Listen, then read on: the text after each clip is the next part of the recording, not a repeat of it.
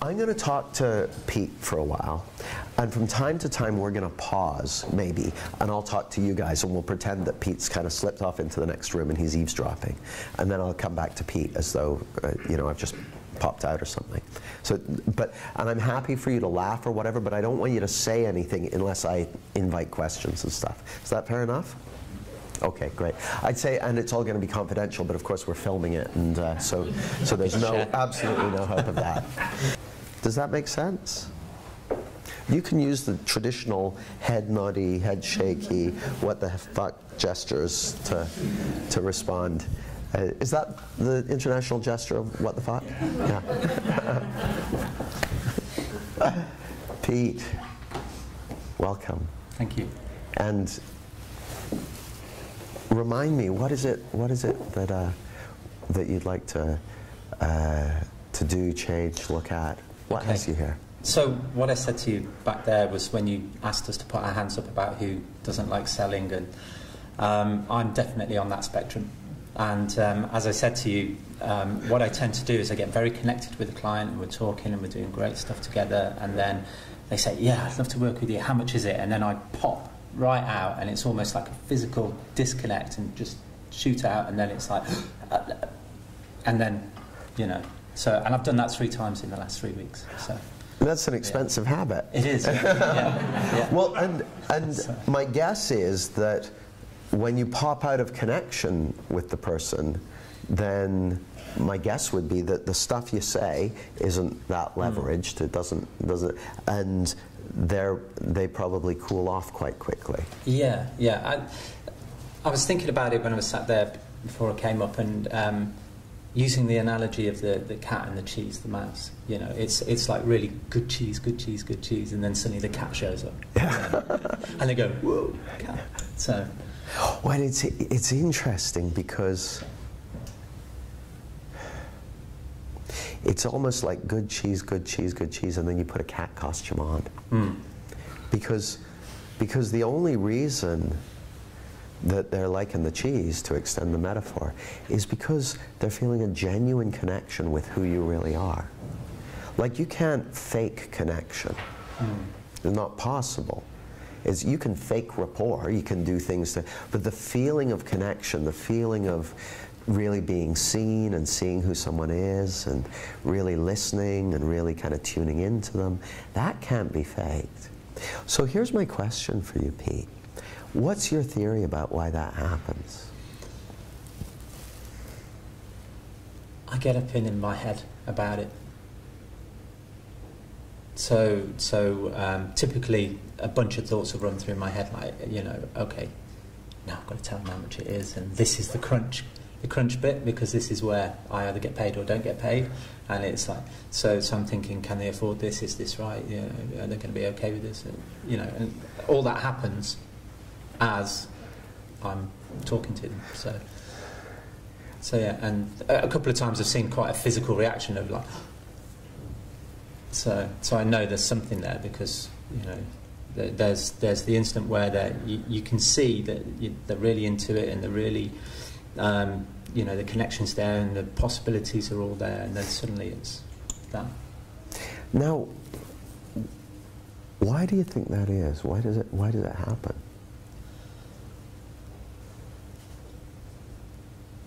I don't know. I guess if I'm being frank and honest about how I think about it, I'm pretty sure it's because I'm attaching my own personal well-being to getting that fee.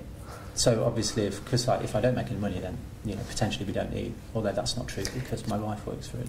Well, yeah. So, but you know, it's kind of, it's almost that. It's so interesting. Can I put this session on pause for a moment?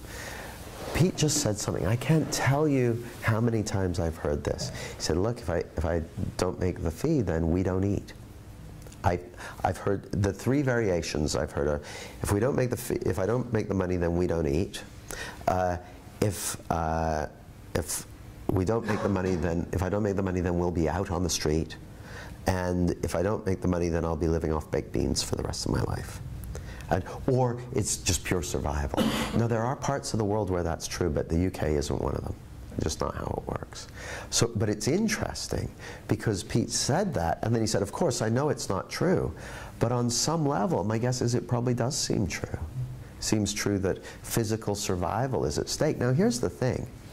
If you're having a deeply connected conversation with someone, and then you get to a point in the conversation where you have to ask them something, and your physical survival is dependent on them saying yes. So, like, imagine, no, I'm not going to get you to imagine this, but it's kind of like, oh, we're having this great conversation, and then I get a gun pointed at my head, and I have to make sure I perform right. It's like, it doesn't make, it's, of course. Now, from my perspective, that shows a fundamental misunderstanding of where security and okayness come from.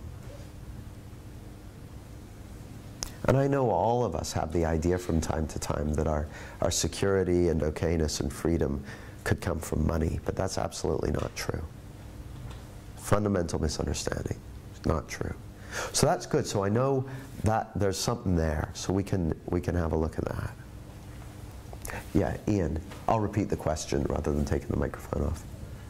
Could I just say something about, because I'm from the sales domain, and it's inherent in the sales domain for sales managers who don't understand this type of work to breed and incubate the thoughts that Pete's having.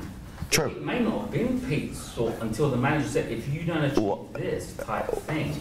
And I think people get that around sales as in my experience, they seem to have a conversation around sales that all of these targets and it's a bit high pressure. There's sure. You either win or you lose, and it's like a given. Born into. Well, yeah, I mean, it's part of the culture, and some people buy into it and some don't. But I don't think it's just from being told that that's what sales is like. I think it's more simple and fundamental, just issues of we've been conditioned into a misunderstanding about where security comes from. So you might have, for instance, a salesperson who does great at sales, but is totally neurotic about relationships, or someone who does great in relationships, but totally insecure about, I don't know if it's true or not, but the story I heard was that McKinsey, the international consulting firm, used to have a policy of hiring people who fit the personality profile of insecure overachievers. Overachievers with low self-esteem, because they knew that they would work super hard to prove that they were good enough. Well, that's just a misunderstanding of where security comes from. Thinking that it could come from validation, thinking that it could come from other people's opinion of you, or from the results you create. It's got nothing to do with it. You can be totally secure in yourself and not create any results at all. You can be wildly insecure and create lots of results. You can be wildly insecure and create no results. You can be wildly secure and create huge results. There's no causal connection between them. So I'm going to go back to Pete. So Pete, what I heard you say was that you think that your security, your ability to buy food for the next month or something, that significant, survival factors are going to be dependent on that person saying yes to you. Now, how does that make sense?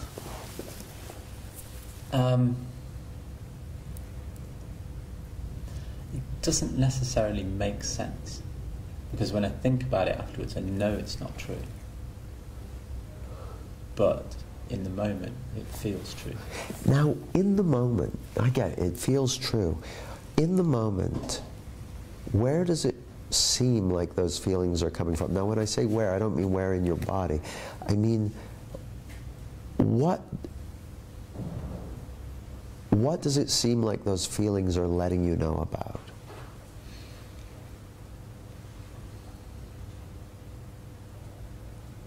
So So we know one of them is how much eating you're going to get to do in the subsequent weeks. So that's one of them. So I can start the bidding. So the question in this,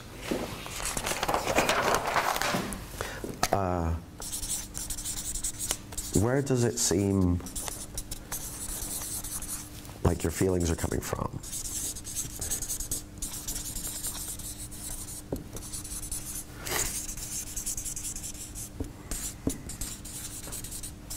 And we know that one of the answers is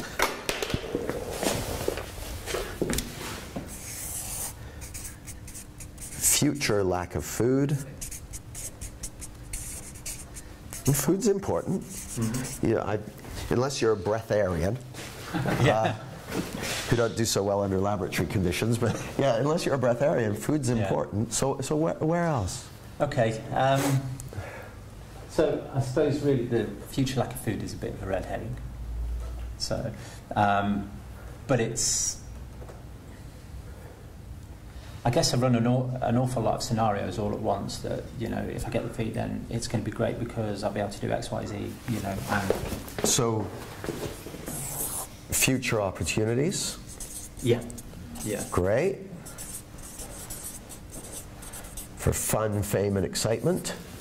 And then the, if I don't get it, future lack of all of those things plus, you know, the impact that it has on my family, etc. So, future negative impact on family.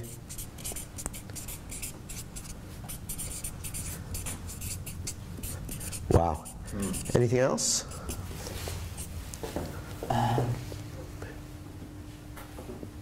I mean, that's good to be getting on with. Yeah. I suppose there's things like reputation and good standing and all those sort of things that you could... Reputation, you know, so. Plus or minus. Yeah. Anything else? It's probably enough to be going on. Probably enough. Now, here's my sense. I'm gonna pause our conversation. My sense is, so here's Pete. My drawing of Pete looks remarkably similar to most of the other drawings of people I'll be doing this weekend. And here's time. Now, Pete's always in the present. It's the only place you can ever be, because he's always in the same place that his hands are. And there, we established that your hands are always in the present, right? Yes? No? Still not sure about it? So Pete's always in the present. But I would bet money that in that, so when he's really connected to his client, he's got nothing on his mind, so he's got clarity of thought, he's got a clear, fluid thought stream, nothing on his mind, feeling connected, because he's got nothing on his mind, he's feeling connected to them, he's you know, calm or smooth, whatever you want to call it. And then they say, oh, this is great, how much are you going to want me to pay you, or how much does it cost, or whatever. And immediately, Pete gets feelings. And it seems to Pete that those feelings are coming to him from the future. Now, I know when I check with Pete, he's going to say, well, no, I know it's my thinking. But he's lying. So, I'm gonna. So the issue isn't. See, here's the thing, and this is so essential. Strange as it may sound, the issue isn't that Pete has some uncomfortable feelings that are letting him know that he's got some uncomfortable thinking. That's actually a really useful feedback mechanism. It's really good to know what kind of thinking you're in the moment. And your feelings will always let you know exactly what kind of thinking you're in.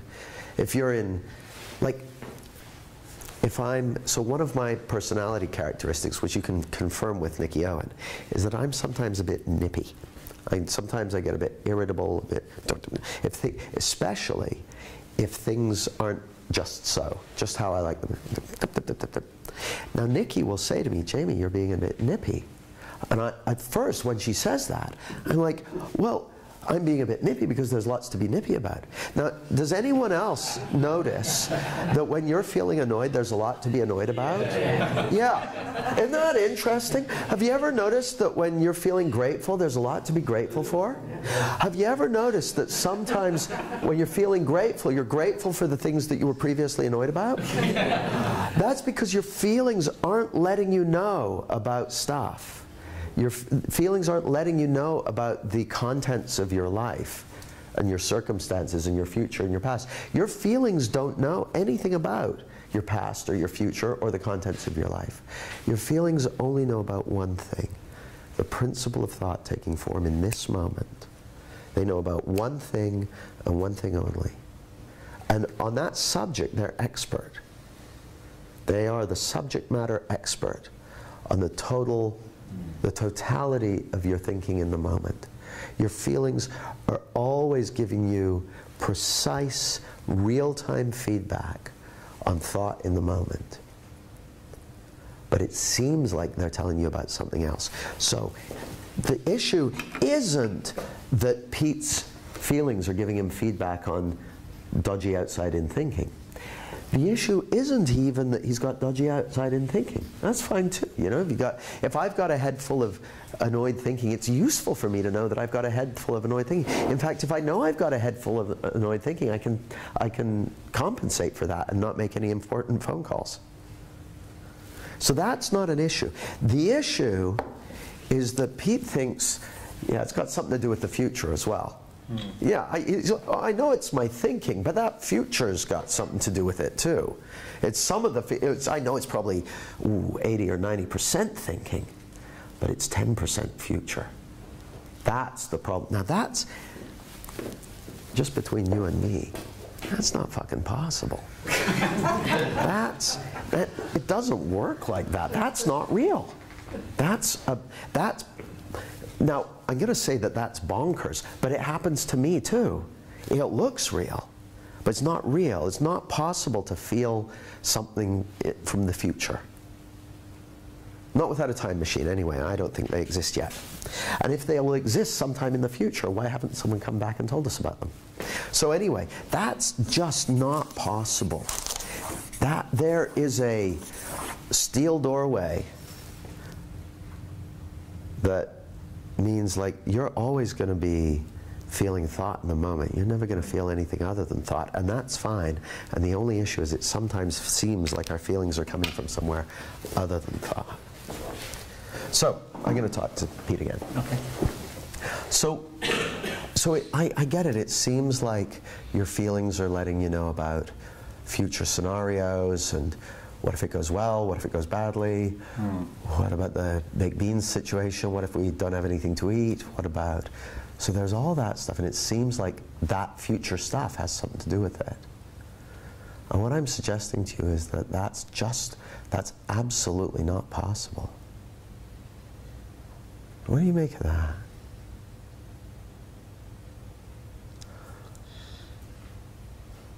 It doesn't feel like it. What doesn't feel like what? That it's not possible. I know. For me too, it's like, but it seems so real. Yeah. Well, that's the power of thought. Thought's a movie maker. But I mean, just looking at it, does it make sense on some level that can't possibly be what's going on? Yeah. Good. Just for fullness of information, I was also, while you were doing that, I was thinking you need to do the same on the other side as well. Same with the past. Yeah, past. Because they're both there. So. Well, or they seem like they are. Yeah. That's not possible either. I know. They're ideas. But the only place you can feel an idea is the only place you can feel a billiard ball, which is right now. And it's got nothing to do with the past, and it's got nothing to do with the future. Well, here's the thing. I don't need you to get that. Is it puzzling to you that it looks so real, and I'm saying it just is not even slightly possible?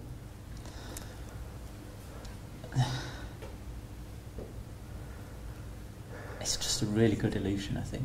Oh, it is a really good illusion. Yeah. But here's the thing. I'm not saying don't perceive it as real. I'm saying, what do you make of the fact that that something which seems absolutely real to you, it seems absolutely real. I get that. I'm not beating you up for it in any way. It seems absolutely real for you, is based on nothing resembling fact. Like that there's no grounding in reality for it. That it's as... See, here's the thing, Pete.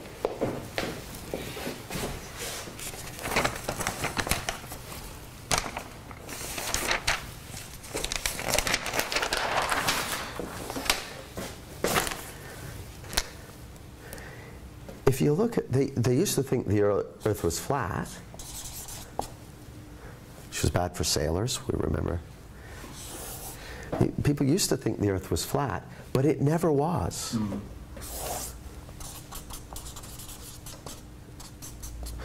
People used to think that we lived in a geocentric universe, but we never did. Really smart people. People used to think that illness was caused by miasmas.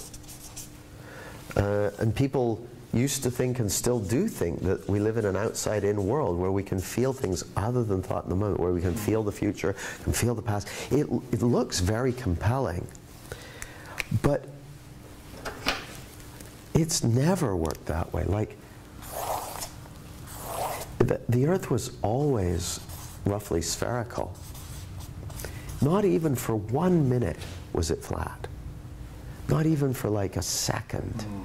At no point. Like, it was always like that, even when it looked like it was like that. It was always solar-centric. Now it still looks like the sun rises, but it never actually has. Not even really nice ones. It was always the Earth going round. So it's a pure trick of the mind. Same with this. Same with this. So, to me, there's something kind of powerful in going, wow, even though it looks so real, there's no basis for it in reality. Well, that's kind of cool. Because, see, the thing is, if people have been doing a lot of their decision making based on an illusion, you don't have to take the illusion into account. Just like when you're driving down the motorway, like, you know those highway mirages? They look real, but you don't have to take them into account. You can drive right through them. You don't have to take it into account.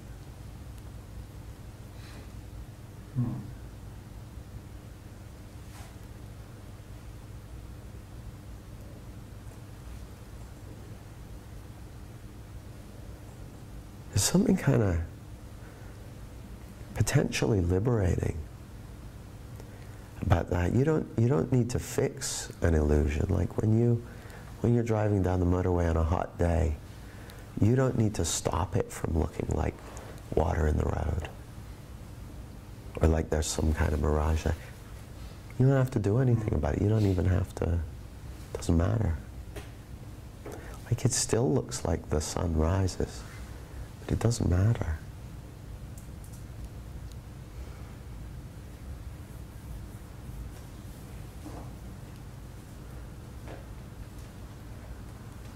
Now, what are you noticing, Pete?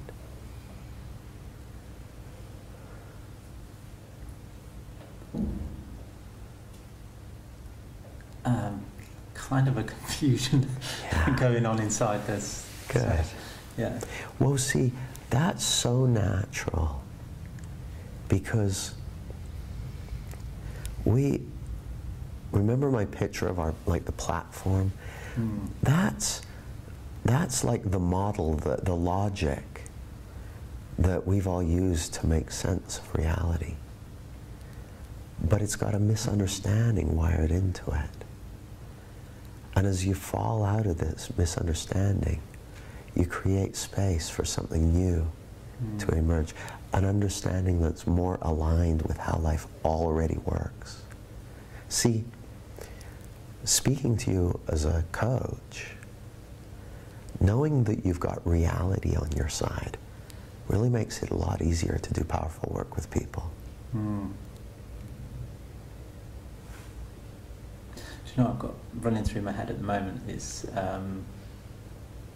you know, the impossible square? Is it an illusion? MC Escher type thing? I don't Yeah, know. where the perspective's all wrong and it looks complete, but then when you turn it slightly, it's not. I know that kind of thing. I don't know if I know the exact one. Or the car advert where it drives through the bollards, because the bollards aren't really there, they're drawings on the floor. I haven't seen it. I should watch TV sometime. It sounds great. So it's kind of like that. It's like the three-dimensional drawings that you see that they're just drawings. Yeah. And then when you get up close, they look nothing like it. Or like the rugby. Did you watch rugby last night? No telly. So typically... I made some off-color comments on your Facebook page about it. They thought better of them and removed them. Oh, there you go. Well, it's like the advertising paintings on a rugby field. When you're at a match, they just look like these really elongated messes of paint. But when the TV camera's up above and showing it from the right perspective, it looks like a stand-up banner that people are just running through. And it's kind of, I've got that almost, you know, I kind of believe it and don't believe it at the same time. It's that beautiful confusion. Yeah. So hang out there. I want you just to hang out there for a minute. Just hang out there. Because that's exactly where something new is being made available. So I'm going to pause our conversation and talk to them for a sec. Now, here's what I noticed. So I was having this chat with Pete about, you know, what do you make of the fact that that's just not possible? And at first he was kind of like, well, like, sort of, I get it intellectually, but I was like, yeah, but, you know, and as I talked about, what I noticed is that suddenly I started feeling a lot more connected to him. Now, the moment I start feeling more connected to someone, I know that one or the other or both of us have fallen out of our thinking. I didn't have much on my mind to begin with, so I was guessing it was Pete. So for whatever reason, when I'm coaching someone at the front of the room, I'm not really thinking about anything. So it's great because if I suddenly start feeling more connected to the person, it probably means they've fallen out of their thinking. Which is another way of saying he's come back to reality. Now the funny thing is, for someone who's had a misunderstanding about life, who suddenly falls out of that illusion, it's often confusing. It's like, oh, all the reference points that I've been using suddenly aren't there anymore. Well, that's good.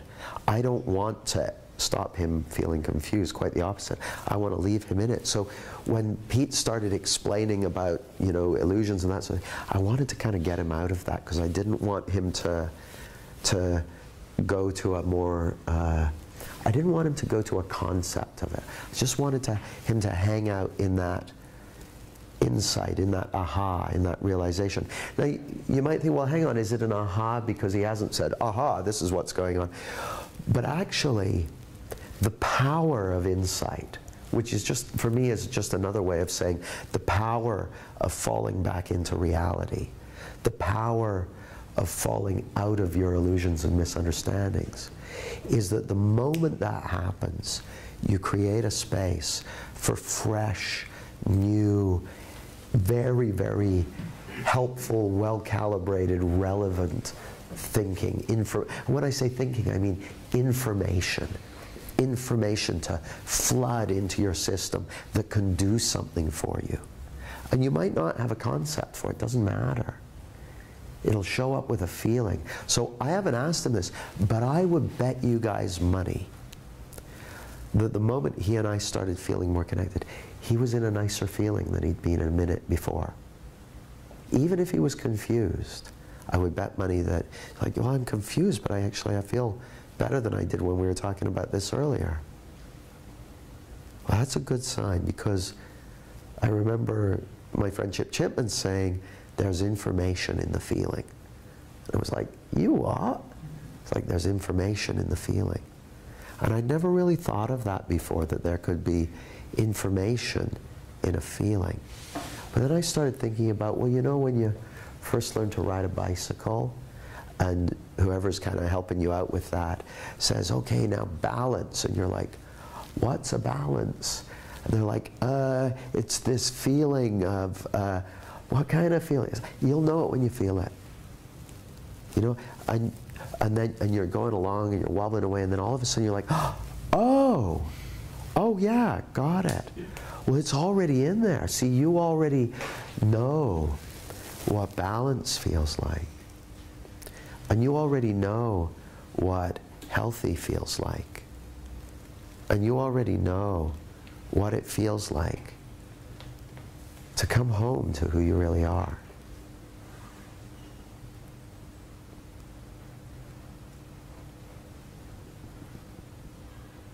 So I'm going to go back to Pete and see how we're doing.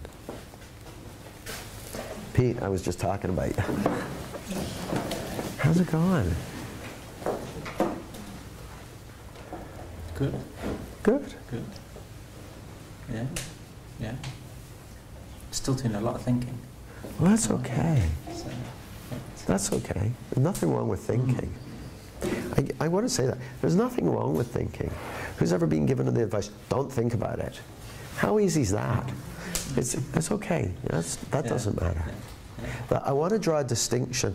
I once heard someone say, a very experienced teacher of these principles said, but for your thinking, you would be feeling connected and loving and resourceful and da-da-da-da-da.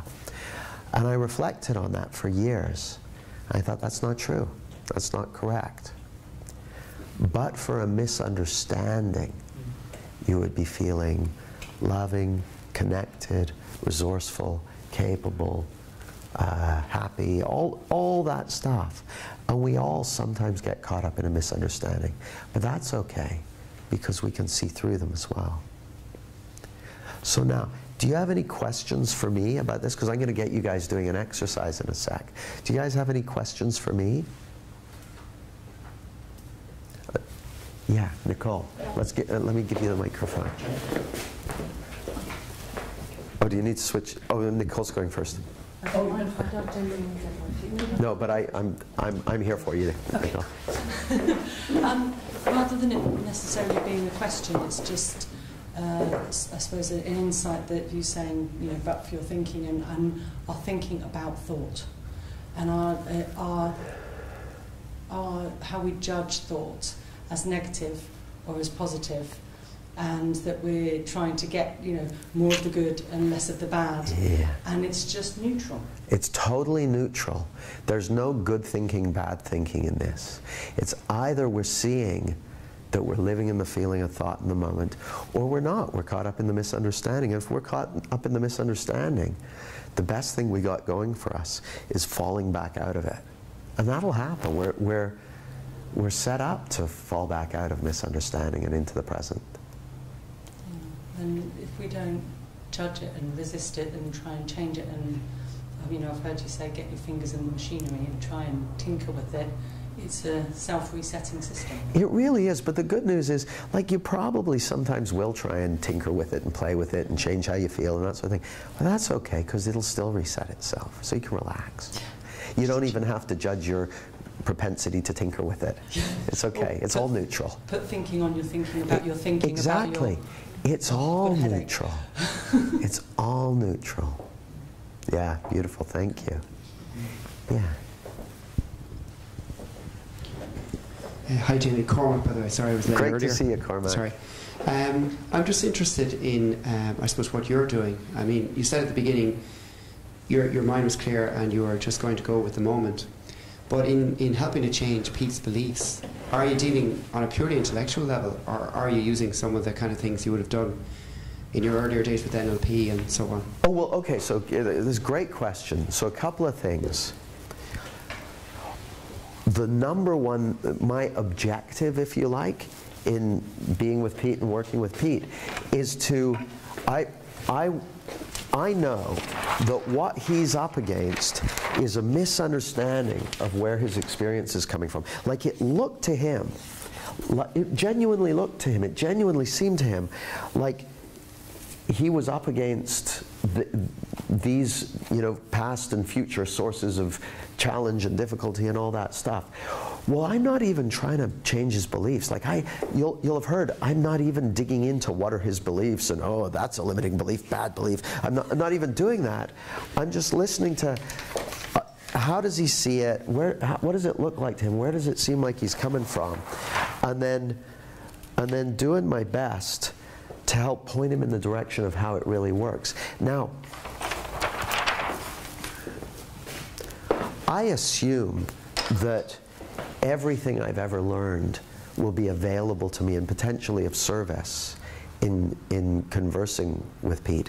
But here's the thing that is, in that session, the thing that was most useful for me was my ability to feel connected to Pete and use that as a kind of calibration tool.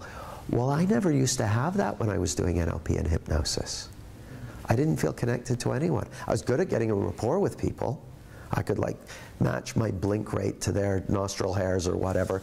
But I didn't have the feeling of connection, and so I wasn't calibrating off that. Now, the thing is that's different here is I know that there's already a way that it works.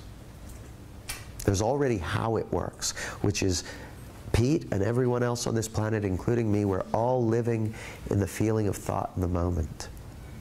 And I absolutely know that because see, here's the thing. Who's digested some food in the last week? Everyone. Everyone. Now, that's because you know how to digest food. Now, you've never gone to a course on how to digest food.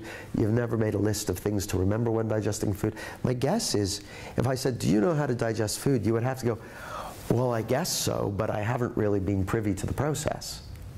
But you do. Your body knows how to do it. You already know how that works. You know what's involved with it. And for those of you who've ever been pregnant, my guess is your body not only knew how to digest food, but knew exactly what you needed to eat to build a new baby. Who's been pregnant and had the experience of, I don't know, eating peanut butter and gherkins and coal? Did you have that experience that suddenly your preferences for food change? That's because your body knows how to choose the correct ingredients to make a baby. That's all, that knowledge is already in there. So your body knows a lot about life and about nature by virtue of the fact that you're like if you run down a flight of stairs and your pulse rate changes and your breathing changes, that's because there's a ton of stuff that you already know how to do at the deepest level, that you know it so deeply that you don't even have to think about it. Well, just like the body knows how the body works, at the deepest level your mind knows how the mind works. Your mind already knows this. Your mind already knows how reality is being created. And you've got some ideas and beliefs that may be counter to that, me too. But how it really works is already in there. It's already in there. So I've kind of got the deck stacked in my favor when I'm working with people, because all I need to do is kind of point them in the right direction. And sooner or later, they're going to fall out of their thinking and into the moment. Now, I'd say it's absolutely not an intellectual exercise, because what they'll be trying to do usually is so there's reality, there's like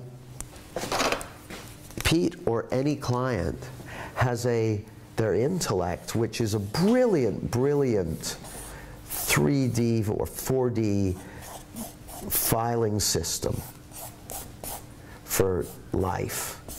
And it's got jillions of things in it. It's very clever, and it's good at matching things up, and it's really good, and it's brilliant. I mean, you've all got so much information in your intellect. You can win trivia quizzes and and you've got all kinds of theories about life and about people and what's right and what's wrong and belief systems and value systems. You've got tons of that. That's your intellect. And then there's life. And life is about a jillion times bigger than your intellect. Reality is a jillion times bigger than your real intellect. So you're never going to fit reality into your intellect. You don't fit reality into your intellect. You get an insight, and then maybe later your intellect will get expanded to include it. But yeah, so I'm not trying to have this make sense intellectually. What I'm dancing around for is a shift in feeling that comes when their intellect kind of goes, this is, oh fuck it.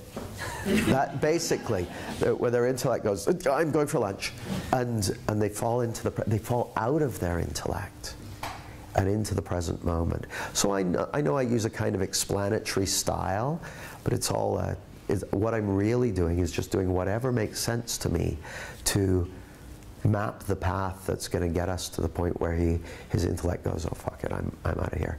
And he falls into the present moment and sees something more deeply for life. Now, how I work with one person may be very different from how I work with the next person. Or it may be very similar. But I never really know. I'm just going with what comes up and what makes sense in the moment. So any other questions for me? Yeah, Russell. Let's just get the microphone over. It was just, are you going to carry on with Pete? Because I just stressed my nervousness, my fear you're going to leave it there and move on to something else. Because what Pete was saying was as if he was speaking exactly what was in my head, moment to moment, even to the point of confusion. And I've got a feel of, can we carry on with this? My fear was you're going to stop and move on to something else. Now, where does it seem like those feelings are coming from, Russell? Does it seem like those feelings are coming from a future where I don't carry on with Pete? Yeah. So let's just check this out. So we've got now, we've got the future, got Russell feeling a bunch of feelings. And it seems like those feelings are letting you know about a future where I am derelict of my duty to finish the job. What else? What is it that, or is it the consequences of what if Jamie doesn't figure this out and I'm left in perpetual confusion, confused forever? Missing the opportunity of the insight can make a difference. Yeah, missed opportunity of insight. Oh man. I'm a bad trainer. So it seems to Russell, as far as I can tell, like his feelings are letting him know about a future negative scenario. Well, what I'm saying is that's not possible. That's just here in reality, that there's no mechanism by which that can happen. There's no mechanism by which those feelings can be coming from that future scenario to the present. Now, I'm guessing, because Russell's been around, stuff around the mind and that. So he would say, well, I know that, Jamie. I get that. But what I'm going to suggest, Russell, is, are you open to the possibility that you just don't see that at the moment? Now, what do you make of that? That I'm saying that this reality where Russell's able to sense future events, that doesn't exist, that's a fantasy world, that's as...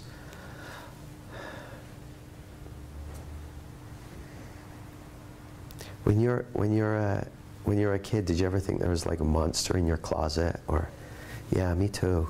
There wasn't, because there's no such thing as monsters. They don't exist. You can take the monster in a closet issue right off the list. Now, things like bad wiring or, rotten food, there's all kinds of things that do exist, but monsters in the closet, they don't exist. So it's possible to feel freaked out about them, but it's not possible for them to hurt you, because they're not there. They're made up. They're an illusion.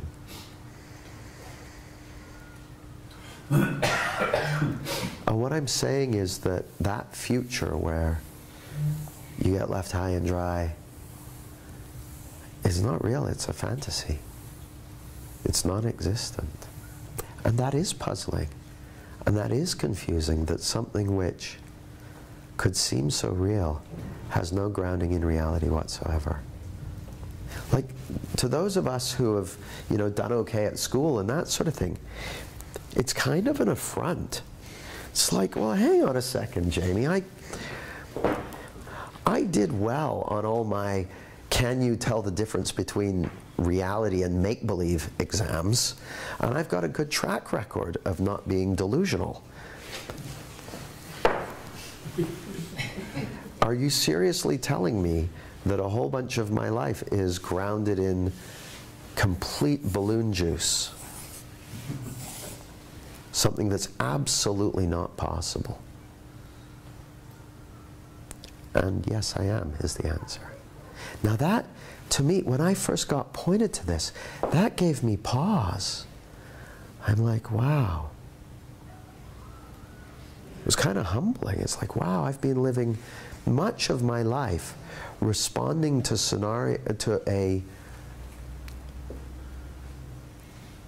what seemed like a fact of life that just never existed, that was as illusory as the sun going around the earth. Interesting. Interesting. We're going to do an experiment with it in a bit. Andreas. What do you say to people who, I don't know if you've gotten the question, if someone would ask you that, then if they say, well, this is just like mindfulness, this is mindfulness. Well, yeah, people what's often the difference, say that. similarities? Well, when people say, it depends what the context is. But if someone says to me, Andreas, oh, you can give them the microphone back. So you pretend to be the person who says, is this like mindfulness? Well, I know about mindfulness. Isn't this just a new version of mindfulness? Well, help me understand. What did you hear that put you in mind of mindfulness? Yeah, mindfulness, being in the present, and being here now. Well, yeah, I would say you're absolutely on the money that the purpose of mindfulness rituals and the purpose of mindfulness techniques and the purpose of mindfulness meditation is so that a person can get a feel for being in the present moment. So that's what mindfulness is trying to attempt. What I'm pointing to is a little bit different. I'm saying the only reason, rather than say, I guess what mindfulness does, mindfulness tries to answer the question, how do I spend more time in the present? It gives you something to do. I'm trying to answer a different question. Why on earth would you be spending time somewhere else in the first place? What possible reason could any of us have to spend our time anywhere other than the present? And it turns out there's a good answer to that. The answer to that is a fundamental societal misunderstanding about where our experience is coming from. That's the cause of many of the most serious and heartbreaking problems in the lives of individuals and entire countries. And once we see through this, the whole world's going to change. Now, that's not necessarily what I would say to them, but that's what I said to you. So, but it just depends. I mean, one of the things I'll often do, though, if someone's asking, isn't this just the same as, you know, whatever, mindfulness, NLP, Buddhism, Christianity, heroin, whatever, well, that's great, because what they're doing is a very human thing. The way we make sense of things is we look for similarities and differences. And if we see similarities, then we'll think that they're similar. So I want to find out, what have they heard that's similar to that? Also, what's their relationship to it? You know, how do they think of it? So you'll notice that very rarely do I ever defend. I just don't, I'll kind of, oh, tell me more. Tell me more. Yeah. Jay. This might sound like a really silly question, but I'm feeling like I need to go home and throw every personal development book I've ever had in the dustbin. Well, I already did that with all my NLPs. I'm sorry about that. Yeah, I've been sitting here and, you know, you've been sitting interviewing Pete or coaching Pete, and looking at that we are always, we're never ever in the past or the future. It almost doesn't exist. It's the only game in town. It's the only game in town is now. So then I've been sitting down and thinking about, this good thinking and bad thinking, and I've got to stop being negative, and all that's negative energy, and all this stuff that we kind of that puts it outside.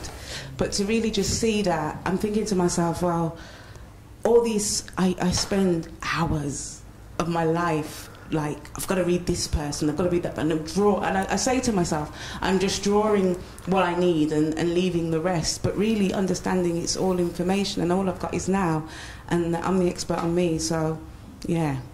So, sorry, it wasn't a question. Well, here's my question. What are you going to do with all your extra time? I'm going to have some bloody fun and leave. Stop bloody reading. And just realising that I have now, and everything I know I keep saying that, having this insight, but I really just have it over and over again until I kind of get it. Mm-hmm. That I'm only ever living in the present moment, and that all of that feeling of, oh my God, the future, and am I going to die, and my children, and the legacy, and all these things, and am I going to die and never fulfil what you're supposed to do? Everything that I've ever believed, it's not that I despise it, but it's kind of like this kind of carrot that you're constantly chasing. Fix it, fix yourself, when really all you need to do is just live and have a cup of tea. You got it. You got it. And relax.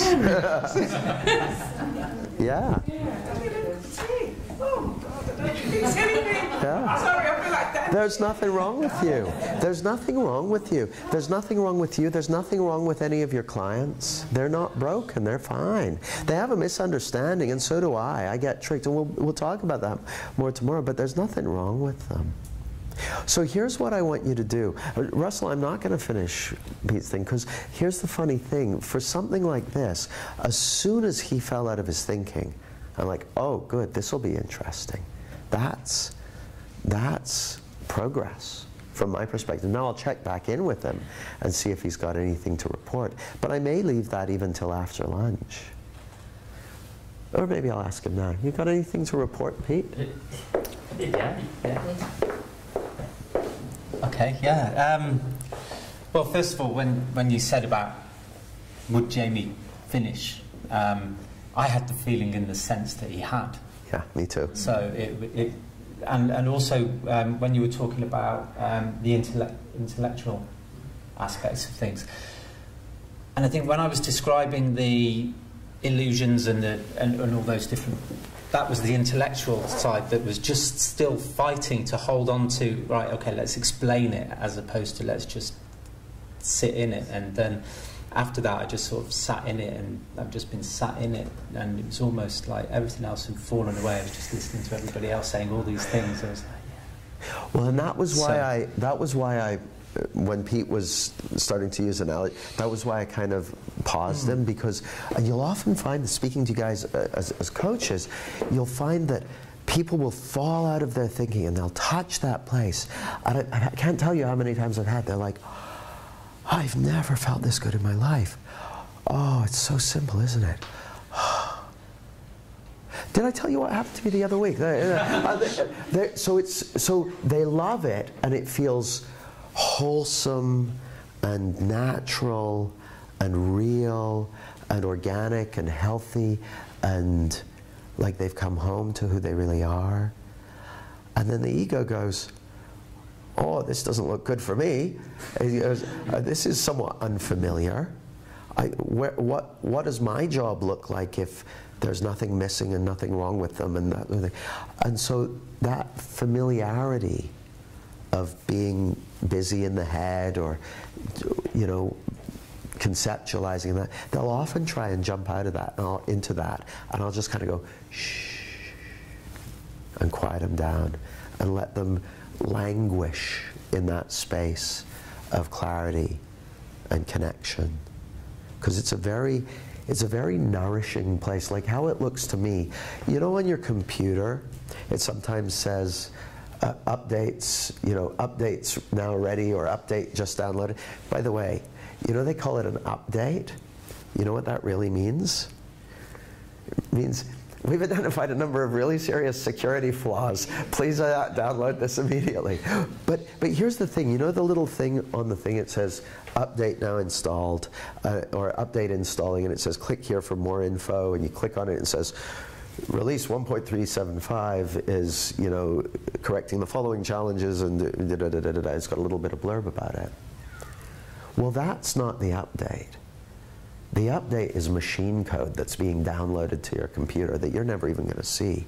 You just see the effects of it. That's what does the heavy lifting. The thing on the screen is just a message to let you know something about it. Well, it's the same when someone has an aha or an insight. The words they say about it, or the concept they have about it, that's not the insight. The insight is the download of fresh perceptual matter. It's not even matter, but fresh perceptual material that allows you to see the world in you, that allows you to see the world more clearly. And that comes with a feeling. And the little, oh, I saw that, you know, what Jay said, oh, I saw that we've only got now. And people are like, well, that's not a new insight. You said that last week. It's like, yeah, but that's not the insight. The insight is the new information that's arriving. And that's why, and I bet a lot of you have had that. Have you had the same insight like a ton of different times? Yeah, but it's not the same insight. It's fresh, new information updating your perceptual system. And just because it's got the same label on it doesn't mean it's the same insight. It's fresh and new every time. So yeah, that was my sense. The moment I got into that deeper space and then quieted Pete down when he went a little bit conceptual, it's purely because when people get into that deeper feeling, that's when the update's happening, so I want to keep them there. Yeah.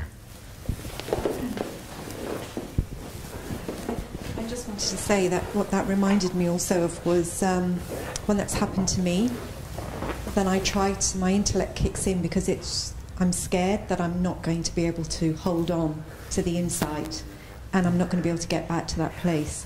Yeah. And yeah. I'm now beginning to see that that's not going to happen. But go ahead. No, but when Pete was describing, oh yeah, and it's like this, and it reminds me of that, and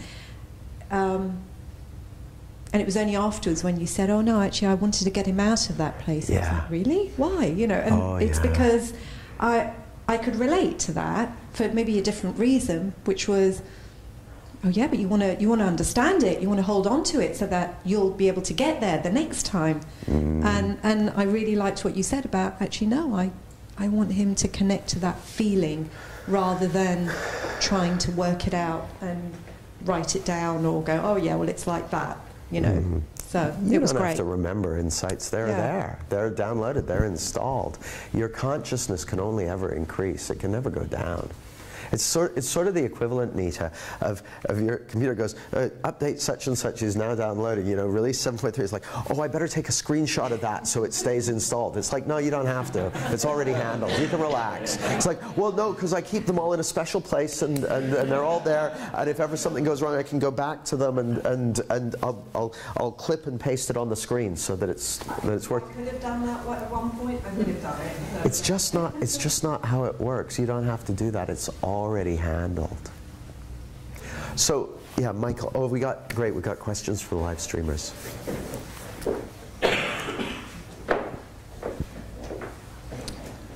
Yeah, Alison asks, well, if I can be in situations where I'm thinking confident thoughts and feeling very confident, but I noticed I have a racing heart or my voice goes, where does that come from? Let me see if I understand the question. So she said, I'm in a situation where I'm thinking confident thoughts and feeling confident, but my heart's racing. That's probably adrenaline. That's the most reliable thing to get my heart racing. But I'm guessing by answering that, I haven't really answered your question. So would you be able to ask your question a different way? Because I'm probably missing what it is you're asking. So we'll loop back. And if we could go to one from Mary that asks... Hi Mary, hi Alison. That she says, okay, so I get that it isn't real. However, it still feels real. How do I deal with that? Well now, here's the thing. And I say this with the deepest respect, Mary. Are you open to the possibility that you don't get that it isn't real? Because here's the thing, if we use an example of something that you do get, that it isn't real. You go to the movies. You go to the movies, you watch movies, and you know that it isn't real. And so you can let yourself go and enjoy the experience of, you know, high pulse rate, or weeping, or heart filling up with joy and love. Whatever kind of movies you like. I like horror movies, so. But whatever kind of movies you like, you go there and you totally engage with the illusion. And you feel free to do that because you know it isn't real. You know it's just actors in makeup who are putting on, they're pretending. They're pretending. That's not really them. They're pretending. And so, but you know that because you deeply get the nature of movies. So you're not, when you sit in a movie, you're not doing stuff to try and manage your state. Like, oh no, I'm feeling nervous because they're going to a job interview, but I don't want to let the employer see that I'm nervous. It's like, well, no, you don't have to worry about that. You're fine. You're fine because you know that it's a movie. The only thing, in my opinion, that would have you asking, how do I deal with such and such, is because you don't get that it's an illusion. And that's totally okay. There are places for me where I don't get that it's an illusion. And that's totally okay. But this is how it works. Yeah, Jamie. I was just going to say, I had to stand up so the live streamers can see. I had a similar thing going on for me whilst I was listening to you. I thought, you know, I get that, and then I've still got this recurring thought going through, but I need the fucking money. So it just kind of proved how delusional my intellect was being in the moment. Yeah, and there's no shame in not getting it, not seeing it in the moment. Like the whole deal with how our experience is created is sometimes you see it, sometimes you don't. Like when I was talking to Pete, I could tell by the feeling of connection that I was seeing life clearly at the moment, pretty clearly. You know, I'm not claiming special powers, but that I'm seeing life pretty clearly. There are other times when I'm not seeing life clearly at all, believe me. Like, proper nutcase. Proper, like, you'd be like, no, Jamie's smart. Yeah. Yeah, think if you want to get a sense of what I'm like when I'm nutty, just think of what you're like when you're nutty. I'm kind of like that. Yeah, not seeing it right, and that happens to all of us too. And the thing is, Mary, when you see where it's coming from, in those moments, and you have those places in your life, when you see where it's coming from, you're not trying to do anything to fix it, because why would you bother? You like trying to fix how you feel in a movie. You don't need to. It's just a movie. When you don't see it, what people often do is they go, well, I know I understand this, but how do I deal with it? Well, that's actually another way of saying I don't understand it right now. And we all have times when we don't understand it right now. Now, we're going to do an exercise. But first, can we give Pete a big round of applause? Thanks, Pete.